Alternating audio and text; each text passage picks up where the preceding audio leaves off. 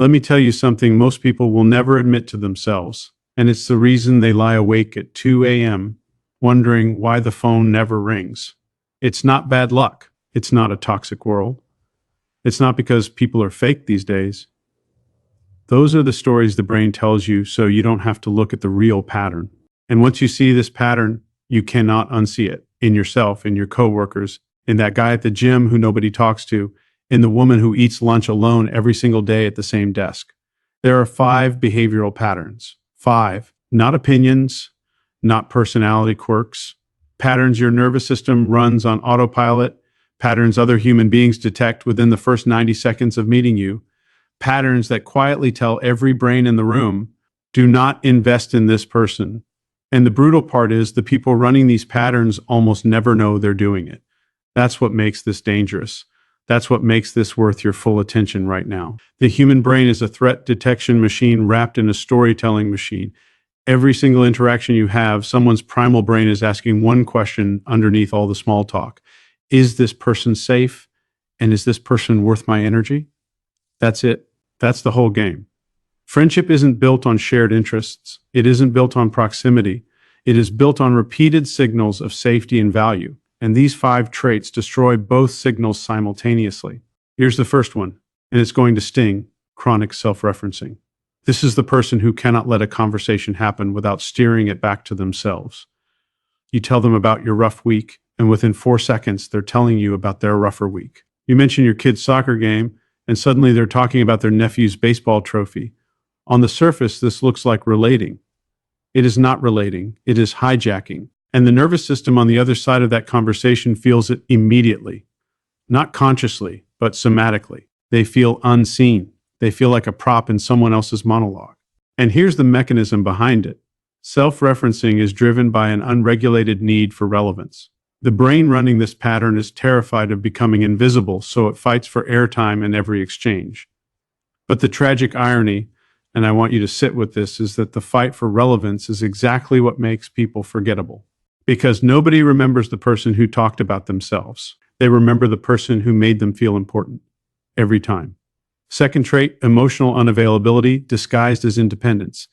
This one is sneaky because our culture rewards it. I don't need anybody. I handle my own stuff. I'm just built different. Sounds strong, doesn't it? It's not strength, it's armor. And armor doesn't attract people. It repels them because connection requires exposure. You cannot build trust with someone who never shows you a crack in the wall. Think about the people you actually love in your life. I guarantee you, every single one of them, at some point, lets you see them struggle. That moment of exposure is not weakness. It is the exact currency that connection is built on. The brain is wired through millions of years of tribal survival to bond through shared vulnerability, not shared achievement.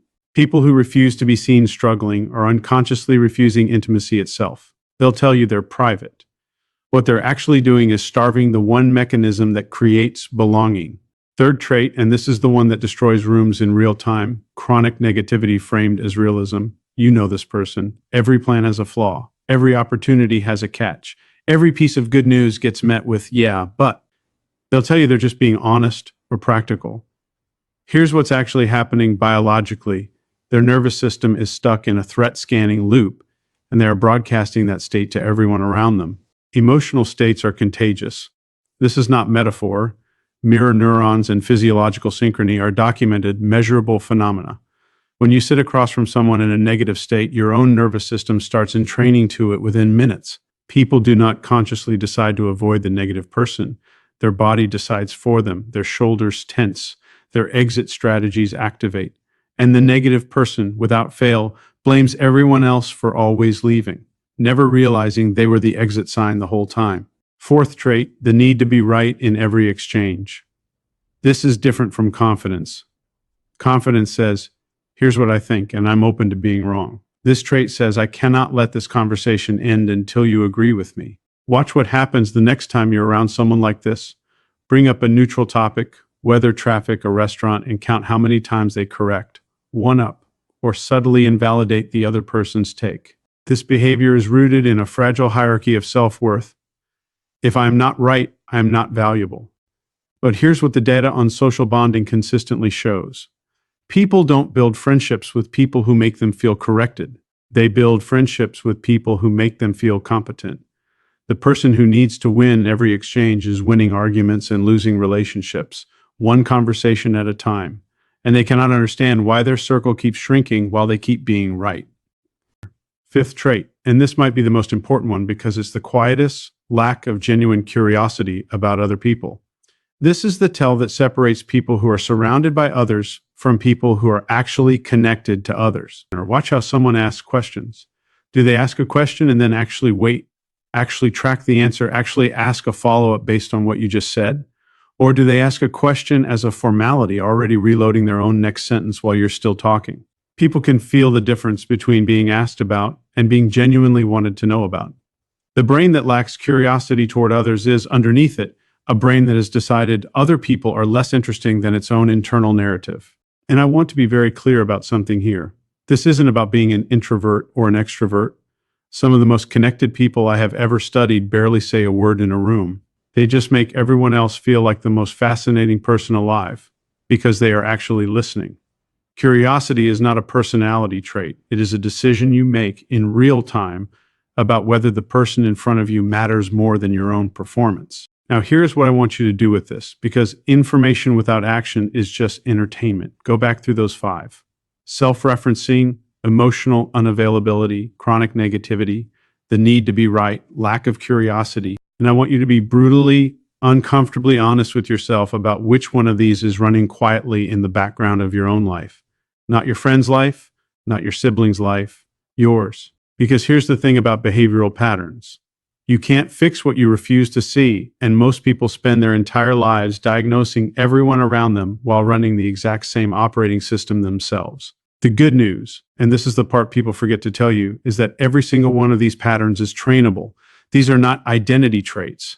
They are not just who you are. They are behaviors, and behaviors respond to repetition. If you catch yourself steering a conversation back to you, you can physically stop, ask one more question, and sit in the discomfort of not being the center of it. If you catch yourself performing independence, you can choose on purpose to say one true and slightly uncomfortable sentence to someone you trust. If you catch yourself scanning for what's wrong with a plan, you can force yourself to name one thing that's right about it before you say anything else. If you catch yourself needing to correct someone over something that doesn't matter, you can let it go and watch nothing bad happen. And if you catch your mind drifting while someone is talking, you can bring it back right then and ask a real question about what they just said. None of this requires charisma. None of this requires becoming a different person. It requires awareness in the moment the pattern shows up, and the discipline to interrupt it before it runs its full course like it always has. That's it. That's the entire mechanism behind every socially magnetic person you've ever admired. Not luck, not looks, not some rare gift. Interrupted patterns repeated enough times become new defaults. The loneliest people in the world are not the ones without opportunities to connect. They are surrounded by opportunities every single day. At work, in line at the store, at family dinners, in group chats that go quiet the moment they enter. The loneliness isn't a scarcity problem. It's a broadcast problem. Every human being around you is running a constant, silent evaluation, safe or unsafe, valuable or draining, seen or performing. And that evaluation is happening whether you're aware of it or not. So the question isn't whether people are watching. They always are. The question is what you're going to do, starting with the very next conversation you have about what they're seeing. Let me ask you something, and I want you to actually answer it in your head before you keep reading. When was the last time you walked into a room, any room, a meeting, a party, a family gathering, and felt completely at ease within the first 30 seconds? Not performing, not adjusting your posture, not scanning for exits, just at ease. If you had to think hard about that answer, you just found the edge of the pattern we're about to break apart. Most people walk through life believing connection is a matter of circumstance. They believe it the way they believe the weather is a matter of circumstance, something that happens to you, not something you generate. I just haven't met the right people. My city is cold. Everyone's glued to their phones now. These explanations feel true because they remove responsibility, and removing responsibility feels like relief. But relief is not the same as accuracy. And the accuracy is this: Human beings are running a constant, silent, extremely fast evaluation of every single person they encounter, and that evaluation has almost nothing to do with circumstance and everything to do with signal. Here's what's happening underneath the surface mechanically. The brain you're speaking with, whether it's a stranger at a coffee shop or your own sister, is not primarily processing your words. It is processing your nervous system, tone, micro expressions, breathing rate, posture, response timing, the half-second delay before you answer a question, whether your eyes track with genuine interest or drift toward the door. This is happening below conscious awareness in structures of the brain that evolved long before language did, back when the cost of misjudging a stranger wasn't an awkward silence, it was your life. That threat detection system never got the memo that we live in apartments now instead of caves. It still runs the same two questions on a loop every time you're near another human being. Is this person safe? And is this person worth my energy? Notice I didn't say, is this person nice? Or is this person interesting? Or is this person successful? Those are conscious surface level judgments that come later, if they come at all. Safe and worth it. That's the primal filter everything else gets built on top of. And here's the part that changes everything. Once you understand it, you are answering those two questions in every room you walk into, whether you intend to or not. Your body is always talking. It doesn't take a day off. It doesn't wait for you to decide you're on today. It's broadcasting a signal right now, in this exact moment, in the way you're sitting, in the way you're breathing as you read this. This is why the right people excuse falls apart under any real scrutiny. I have watched people walk into rooms full of the exact demographic they claim doesn't exist for them, sharp, kind, interesting people, and get completely ignored. And I've watched other people walk into rooms full of supposedly cold or unfriendly strangers and leave with 3 new phone numbers and a dinner invitation. Same room, same species, wildly different outcomes. The variable was never the room. The variable was the signal being broadcast into it. And this is the piece that most people cannot tolerate hearing, so let me say it as directly as I can. If you are consistently struggling to form or keep friendships, the common denominator across every single one of those failed connections is not the other people. It's you. I don't say that to wound you. I say it because it is the single most liberating sentence you will hear on this subject, if you let it land the right way. Because if other people are the problem, you are powerless. You are at the mercy of 8 billion strangers changing their behavior for your benefit, which is never going to happen. But if the signal is the problem, you have leverage, you have control. You have something you can actually work on tonight, tomorrow, in your very next conversation. Think about the physiology of it for a second. When you're around someone whose nervous system is calm, open, and genuinely present, your own body starts to synchronize with theirs within minutes. This is measurable. It's called physiological synchrony. And it happens through breathing patterns, vocal tone, even heart rate. You feel good around them, and you don't fully know why. You just know you want to stay in that conversation. Now flip it. When you're around someone whose nervous system is guarded, distracted, defensive, or performing, your body picks up on that too, and it starts looking for the exit before your conscious mind has even labeled why the conversation feels heavy. Nobody teaches you this in school. Nobody sits you down and says your ability to make friends is a direct function of what your nervous system is broadcasting in real time. But it's happening to you and through you every single day, in every hallway, every group chat, every dinner table. So before we even get to the 5 specific traits that sabotage this signal, I need you to fully accept this foundation, because everything after it depends on it. Friendship is not luck. It is not circumstance. It is not something that happens to the lucky few who found their people. It is the downstream result of a signal your body sends before your mouth even opens. And once you know that, you can never again tell yourself the comfortable story that it's everyone else's fault. That door is closed now.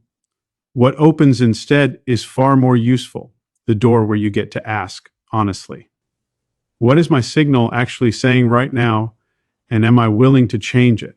Let's go deeper into this, because these 5 patterns are the actual mechanism, the specific, repeatable ways a person's nervous system tells the room, don't invest here, even while their conscious mind is convinced they're being charming, honest, or independent. Understanding these isn't about judging anyone. It's about recognizing them fast enough in real time to interrupt them before they cost you another relationship. Start with chronic self-referencing. This is the most common pattern and the hardest for people to see in themselves because it never feels like selfishness from the inside. It feels like relating. Someone tells you about a hard week, and within seconds you're matching it with your own hard week. Someone shares a small win, and you're already searching your memory for a bigger one to mention. On the surface, this looks like empathy. It is the opposite of empathy. Empathy holds space for someone else's experience without immediately converting it into your own material. Self-referencing steals the moment and repurposes it, and the person on the receiving end feels it instantly, even if they can't name what happened. They just notice that somehow the conversation about their situation became a conversation about yours. What's driving this pattern underneath it is a nervous system that equates silence with irrelevance. If I'm not talking about myself, I don't exist in this exchange. But the tragic mechanics of it are this: the harder someone fights to stay relevant through self-reference, the more forgettable they become, because nobody walks away from a conversation remembering the person who talked about themselves the most. They remember the person who made them feel heard. Second pattern, emotional unavailability, wearing the costume of independence. Our culture has spent the last 20 years turning self-sufficiency into a personality brand. I don't need anyone. I keep my circle small on purpose. I handle everything myself. It sounds like strength, and that's exactly why it's such an effective disguise. But strength and armor are not the same thing, and armor's entire function is to prevent anything from getting in, which means it also prevents anything from getting out. Connection is built through mutual exposure. It requires two nervous systems allowing each other to see a crack, a doubt, a moment of not having it together. People who refuse to be seen struggling aren't protecting a relationship. They're preventing one from forming, because the tribal, ancient parts of the brain bond through shared vulnerability, far more than through shared competence. Nobody has ever become best friends with someone purely by watching them succeed at everything. They become close to people the moment those people let them in. Third, chronic negativity, always relabeled as realism or honesty. Every idea gets a yeah, but. Every plan gets the flaw pointed out before the merit does. Every piece of good news gets met with a reason it might not work out. The person doing this genuinely believes they're being helpful, grounded, protective even. What they don't realize is that their nervous system is stuck in a threat scanning loop, and that state is contagious in the most literal, physiological sense through vocal tone, facial micro-expression, shared breathing rhythm. Sitting across from someone in a negative state pulls your own body toward that state within minutes. And most people don't consciously register why they suddenly want to leave a conversation. Their body just quietly starts building an exit plan. The negative person then experiences people drifting away over time and concludes the world is unsupportive or fake, without ever connecting it back to the fact that they've been broadcasting a low-grade alarm in every exchange. Fourth, the compulsive need to be right. This is distinct from confidence, and the distinction matters. Confidence says, here's my view, and I'm not attached to you agreeing with it. This pattern says this conversation cannot end until you concede. Watch it happen over something as trivial as a restaurant recommendation or a driving route. Count how many small corrections, one-ups, or subtle invalidations happen in a 5-minute exchange with someone running this pattern. Underneath it is a fragile internal equation: if I am not right, I am not valuable. But social bonding doesn't reward being right.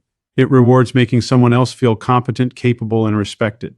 Every time someone wins a pointless argument, they are quietly losing standing in the relationship, and they almost never make the connection between the shrinking guest list at their events and the growing pile of conversations they've won.